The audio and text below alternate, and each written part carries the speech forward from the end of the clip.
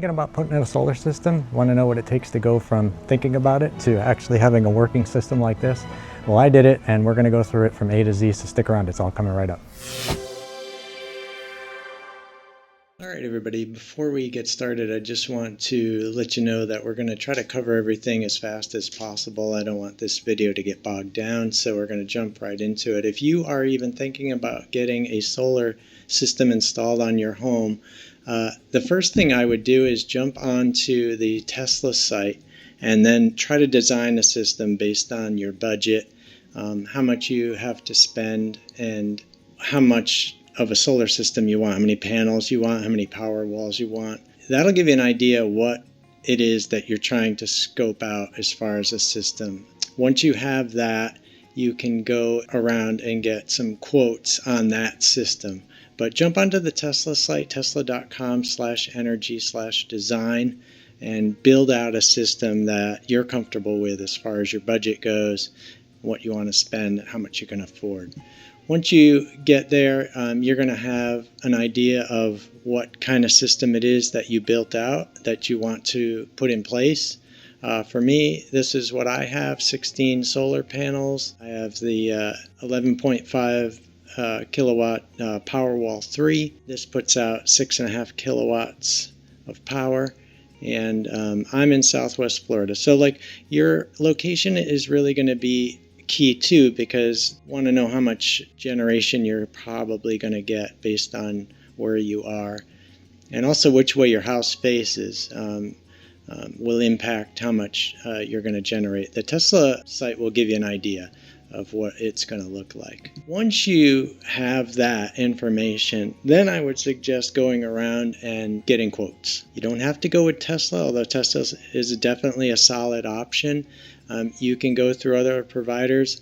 I personally went through this company called Freedom Forever that actually does supply Powerwall 3s, so they're using Tesla batteries, which means you're getting the entire Tesla experience once you have the system in place. But you don't have to. You can go with a different battery supplier. Just be aware that you're going to use their app. If you're familiar with the Tesla app like me, and I have 2 Teslas, I'm super familiar with it. Everything's integrated in the app. That's what I felt most comfortable with, but you don't have to use that. Once you settle on a provider, there's going to be several steps that you're going to have to go through after you sign the contract. Give it about 6 months between the time you actually sign the contract and you actually are running the system with permission to operate, which means that you're selling your energy back to, excess energy back to your utility provider, which is the ideal situation you want to have once you've got it up and running. So the solar panels will fill up your battery. Once your battery gets full and you're supplying all the energy of your house and it's still got excess energy, that excess energy gets sold back to the power company to reduce your power bill. Once you've got somebody picked and you're moving along, the first thing that they're going to do is send out a guy to do a site survey on your home.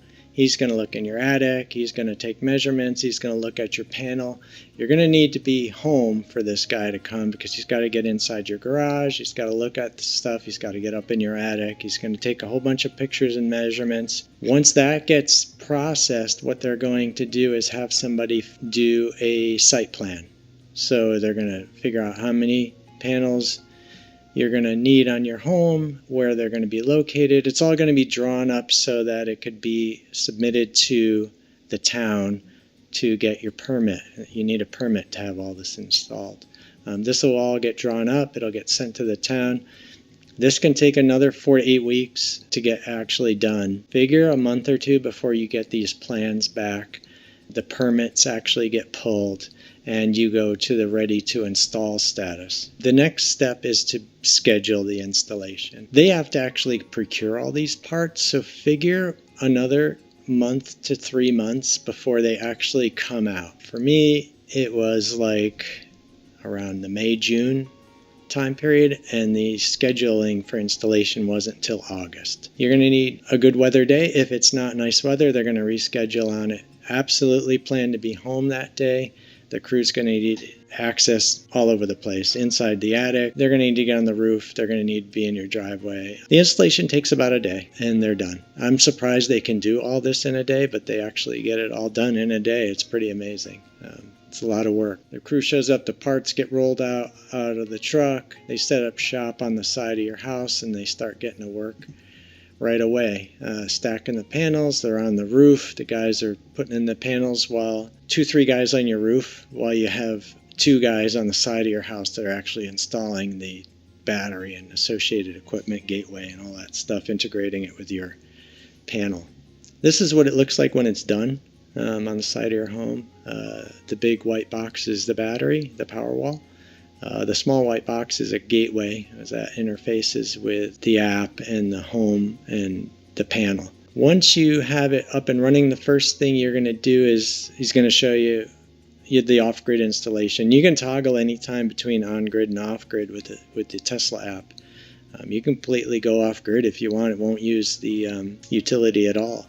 It'll try to manage the power that you're getting in from the solar panels with what your consumption is and keep your battery charged. With me, I have to be frugal to be able to run completely off solar. It's not impossible, but I definitely have to watch my usage to be able to make it through the night. Once you power up the battery and then you use all your excess power, you basically got to make it through the night to the next day so that you don't want to run dry on the battery. It's possible, but yeah, I have to watch it. On the app, it shows you everything. It's got all kinds of stats, what you're using, how much the home's using at any point in time, and how much you're getting off the solar panels, what the status is of your battery, and how much you're sending back to the grid. At this point in time, we're not approved to send anything back to the grid. That comes later, so it's showing 0. And it'll basically throttle down the consumption to match your usage until you get that approval. The next thing that's going to happen is the city inspector is going to come out, look at the job that they did. And if he has any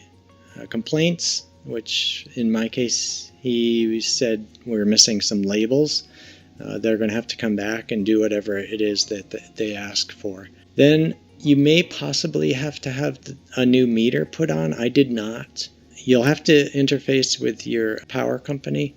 You'll get a message from your installer that shows you how and when to do that, but you're going to need to interface with your power company to get that permission to operate. Once you get that from the power company, after the city inspection's gone through, you'll have PTO. Then you go in your app and you switch it on. It's basically a little toggle button to turn it on. Then you can start selling back excess power to the power company. It's pretty awesome. I've had this in operation for about 8 months, and I can give you an idea of what it is I'm generating on average. In the 8 months between October and the end of April, I generated 6.3 megawatts. So that averages to about 900 kilowatts per month. How much is that actually in dollars? Well, today, that's about $133. Now, what would that be over the course of 20 years? You got to figure in increases in rates, right? So here, the average is probably about 2.5% to 3%, although they don't do it every year. What they'll typically do is they'll wait 5 years and then there'll be a big jump, like a 8% jump. My solar panels are going to generate about anywhere between 39 and 44,000, depending on the increase in the bills over the time. Figure 40,000 maybe to be safe for my system. And the cost of the actual system was about 25. So it's going to make money over time, basically, is what you're looking at here. Why would you go to solar? You're going to have to make your own judgment of whether or not this is going to be worth it for you. But a big reason for me is just having outage protection. We get hurricanes here, and when they're bad, we lose power for a couple weeks. If you don't want to have that problem, get this system, because that will keep your lights on and you'll be able to take showers, you'll be able to cook and do all the things you normally do without blinking. You won't even know that you lost power. The other benefit is you're running clean energy, and this is good for the environment. I mean, feel good about it. It's a good thing. You're reducing your grid reliance. Don't even have to use the grid if you didn't want to. It's giving you a boost on your home value, and that's a big selling point.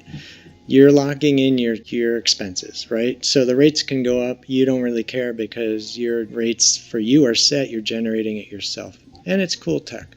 That's pretty much my quick synopsis on doing a solar system. I hope you guys found this helpful. Do your due diligence. Make sure it's right for you. I thought it was a great idea. I'm super glad I did it.